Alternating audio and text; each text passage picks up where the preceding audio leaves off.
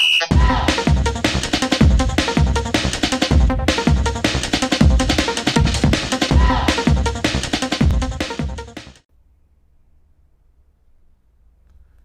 and welcome to FC Marcos Venture. Understanding your like, comment, subscribe. Guys, welcome back. Interesting news out there in social media, and funny or sad enough is that I had recorded this episode, the same episode, or the episode that I'm going to be talking about today, about the guy that we are linked with. I recorded and then somehow I deleted the video, and mistakenly I deleted the video. But in any case, I think fresher news. And then I'm adding a few things here and there. So, like before probably I start there, I don't remember the last time we had a number 8 or box to box or an attacking midfielder, a cam for that matter, who scores so many goals. Like when last did you have a midfielder who scores goals? When last? I remember in the times of your Stenson Sticker Fredericks. Siyabonga Nkosi to a certain extent. Which other number 10 who used to score a goal, or midfielder used to score goals for us? Not your doctors and all. Here and there would chip in a goal or two. But when last did you have a midfielder who's scoring goals? When last did you have a midfielder who is creating goals for that matter? You would say currently we have Ndu Shabalala. Yes, he started the season like good, you say, but he cannot really play under the pressure almost every game. He cannot carry us in his shoulders. His shoulders are too small for a team as big as Kaizer Chiefs to carry us. So we need a midfielder who score in goals, who's experienced, who will help this guy, shape this guy, groom this guy to become a better player. Because there we have seen already that there's a player in Shabalala. However, we need another experienced player, someone who will show the pressure, who will show that the load that comes with playing for Kaizer Chiefs. Shabalala can't do it by himself. And it looks like at the moment the coach doesn't really value George Matlo. And we're a month away from Matlo for him to sign a pre-contract or for him to go elsewhere. So if that's the case and the coach is not even valuing or seeing guys like Yom Danzan, we really don't have an attacking number 10.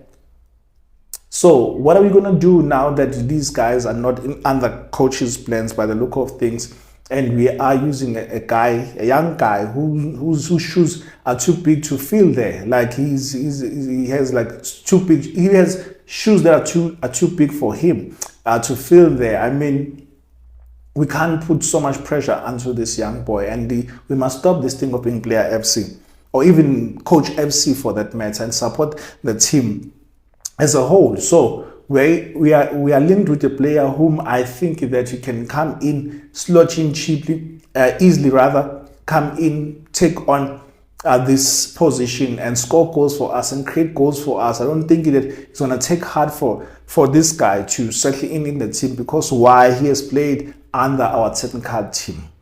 He has played under Nabi, he has played under Kaizer, as you know that Nabi and Kaizer, they've worked together. So this guy is going to be available, I think, from next 2 seasons or 2 windows. And that means the Kaizer Chiefs must buy him out of contract. Yes, he's available, but Kaizer Chiefs must buy him out of contract. So, and apparently Nabi has been saying that, you know what, I like this guy and I would want to have this guy like in my team. So what is management doing? What is the scouts doing? What is the scout saying in this matter? Is the scout saying that no, let's go for this guy, he will meet the criteria of Kaizer Chiefs, he will meet what you're looking for? Because now we have a standard. Now we have a standard, as we have put a right personnel in place to say that we want you to look out for players who can meet the criteria or who can play this type of football. So go out and look for those players. Will he come with this one guy, or will he come with another guy, with another player? Or will he go for 2 players for that matter when he's doing his scouting? I mean, that's terror that I'm talking about. So, guys, we are linked with a guy by the name of Faisal Salam. Some will say it's Dodo. So his nickname is Dodo. So one thing that I can tell you now, this is a must buy. VSL is a must buy for me. Looking at the type of player that he is, he has something that you don't have in the current team. He's coming with the full package in terms of scoring, in terms of creating, in terms of making runs, supporting, marking. Like, he's coming with a full package for me. He's not really a complete player, but there's a player there that we don't have in the current team. So therefore, he can come and help us to change the fortunes of this team. He can come and add value, definitely add value in the current team. So therefore, I'm saying that this guy, he's worth for us to look at. And if it means we break the bank, and this is not even much bank to break, because I mean, he's not really expensive. He's really not expensive. When I was checking the transfer market, this guy's value is around 2 million, 2.5 million. I don't know how true is it, but he's around 2 million. So this is the deal that doesn't take a brainer for us to go and do. So for me, I'll say let's go and take this guy, sign this guy as soon as possible in January. Let's not wait even further. Start the conversations now and see if he's interested to come to South Africa before you negotiate with the team. And apparently his current team is offering him like a salary of 216,000 a month. I mean, Kaizer Chiefs can even offer him 220 or even 230,000 a month.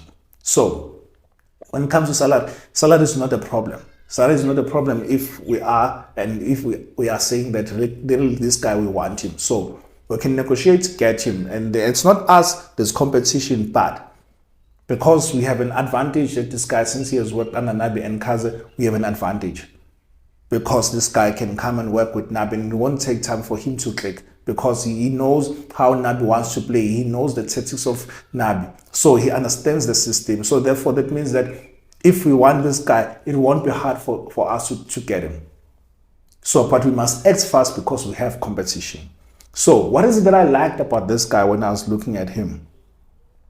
He was born first. He's born in 1998 on the 11th of Jan. So he's 26 years old, meaning what? He's going to his peak of his career, because he can offer us 4 or 5 seasons and even more. So this guy, for me, I would say that he's still youngish in terms of South African age, in terms of football age. He's still youngish. So therefore, I would say that you should go for this guy. But there are attributes that made me to say, you know what? I like what I saw. I watched a few of his videos and I was impressed with what I saw. So this guy currently is playing for Azam.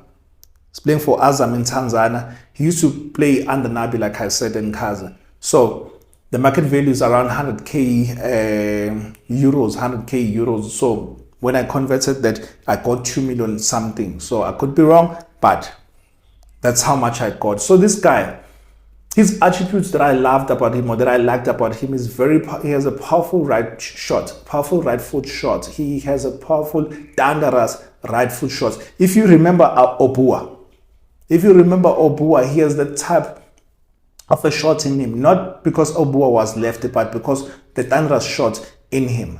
We haven't really had players who are like shooting from afar and who are taking like dangerous shots. We haven't had, and this guy has like a powerful shot in him that he can shoot outside the box. And not only does he have long range shots, but he can also place the ball. Like, he's smart. He is very smart, one of the attributes, but I'll get to it. So he has a powerful right shot in him. Reminds me of Nengomashe to a certain extent in terms of how he plays. Yes, Nengomashe was a CDM, but in terms of those powerful shots released outside the box, he reminds me of him. Now and again, I'll be like, oh, okay, I see Nengomashe there in terms of how he's taking those shots, not how he defends, but how he scores long range shots, or Obua for that matter. 2, this guy, he makes good runs in the box. He makes good runs, especially late runs. He makes good runs and late runs in the box. Meaning what? He's feeding off the strikers, and he's linking very well with the strikers. Like, his combination play with the strikers is beautiful, and you find him like feeding on the second balls or loose balls. You find him like sneaking in there, like waiting. And then, because he has these powerful shots, then he'll come and drive that ball back to the net, like top corner, like there on the left and right corners as well. So he has a powerful shot in him, and his 2, he has power. He makes Beautiful late runs in the box. Beautiful late runs in the box. 3, he links up very well with the strikers as if he's playing number 10. Like, so for me, I saw him playing as an 8 and he can play as a 10. So for me, I see him as both a 10 and a 8. So he links up very well. Like, he's very smart in how he's linked up with a striker. So a striker, we need a striker who's so wise to check this guy sometimes, because sometimes strikers can assist. It's not always that strikers can score or should score goals. We need strikers also who are able to assist other players. So he links up very well. That's number 3. Number 4, he has a killer pass in him, like a killer pass. If you remember your Yeye, Letolonyan, I would say Dr. Kumal to a certain extent. He has those killer passes in him, passes that it would not be easy to find as a player, but you'll see him like looking 1, 2, and then release those balls. Sometimes he'll release a first-time pass and he will land to a player. So he has a powerful through pass. There's a powerful through pass in him, like a killer pass in him, that he's dangerous. He is dangerous. And then number 5, he's smart. It doesn't just rush things. He's smart. He doesn't rush things. He waits for the right moment to make a decision, whether to pass the ball, when to release the ball, when to keep the ball. He's smart. He's super smart, guys. You know, you see by the way that he's reading the game, like his reading of the game is also beautiful. That shows that he's an intelligent player, a very intelligent player, that if we are to have this guy, will have a serious weapon. And then number 6, he reads the game very well. He reads the game very well. That's why also he's able to read, to see where the ball is going to be landing. Like, he's able to anticipate those things. It's even able to anticipate a run being made there by a striker, what type of runs the striker will make, and will able to do and pass those passes, or to wait, and then he knows when to release the ball. Like, he's smart, guys. He's super smart, this guy. And then number